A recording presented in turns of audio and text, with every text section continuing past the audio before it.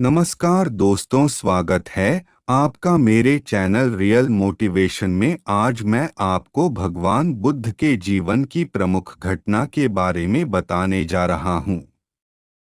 तो चलिए शुरू करते हैं। कपिलवस्तु के महाराज शुद्धोधन को कई वर्षों पश्चात पुत्र रत्न की प्राप्ति हुई, जिससे उन्हें व उनकी पत्नी महामाया को अत्यधिक प्रसन्नता हुई।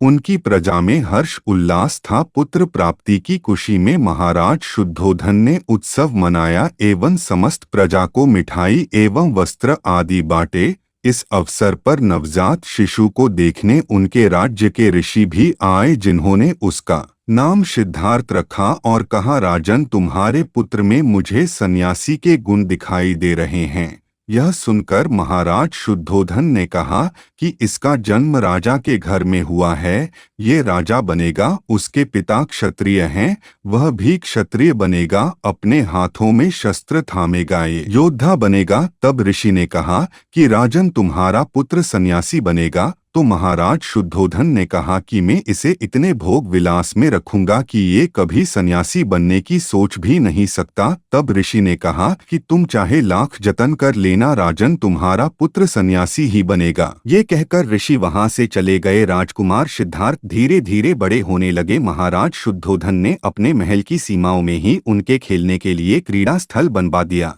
शिक्षा एवं शस्त्र विद्या की व्यवस्था भी राज्य के भीतर ही कर दी। महाराज शुद्धोधन ने उनके पालन पोषण में कोई कमी नहीं रखी। उन्हें भोग विलास में लिप्त रखा ताकि वे सन्यासी बनने का कभी विचार भी अपने मन में न लाए। युवा होने पर राजकुमार सिद्धार्थ का विवाह राजकुमारी यशोधरा के साथ कर दिया, लेकिन होनी को कौन टाल सकता है। एक दिन राजकुमार सिद्धार्थ के मन में राज्य भ्रमण की इच्छा जागृत हुई, तो उन्होंने अपने सारथी से कहा। सारथी ने कहा, जो आज्ञा। राजकुमार और राजकुमार सिद्धार्थ रथ में बैठकर अपने सारथी के साथ नगर भ्रमण के लिए निकल पड़े। और जब उन्होंने रास्ते में कई प्रकार के दुखों से पीड़ित लोगों को देखा तो उनका मन विचलित हो गया। चार दृश्यों ने उनके जीवन में परिवर्तन कर दिया। एक बूढ़ा व्यक्ति जो लाठी लेकर चल रहा था, दूसरा एक रोगी जो खाट पर लेटा था, तीसरा एक अर्थी को ले जाते मनुष्यों को देखकर सिद्धार्थ ने पूछा, इसे क्या हुआ। सारथी चुप रहा। तब सिद्धार्थ ने कहा, तुम चुप क्यों हो, मेरे प्रश्न का उत्तर दो। तब सारथी ने कहा कि राजकुमार, इसकी मृत्यु हो चुकी है और ये लोग इसे जलाने ले जा रहे हैं।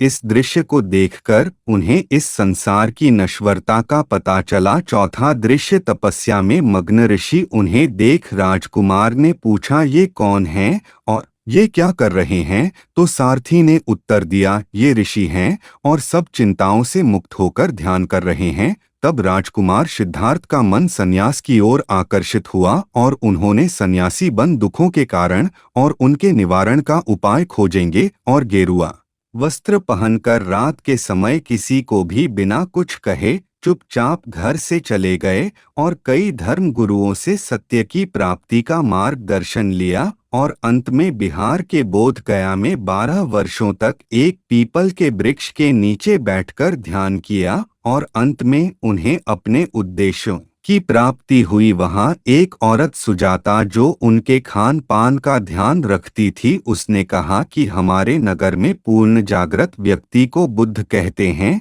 तब से राजकुमार सिद्धार्थ गौतम का नाम गौतम बुद्ध पड़ा और जिस वृक्ष के नीचे उन्हें ज्ञान प्राप्त हुआ उसे बोधि वृक्ष कहा जाने लगा। बुद्ध ने कहा, दुखों का कारण पाप और तृष्णा है। पाप और तृष्णा का त्याग कर हम दुखों से मुक्ति पा सकते हैं।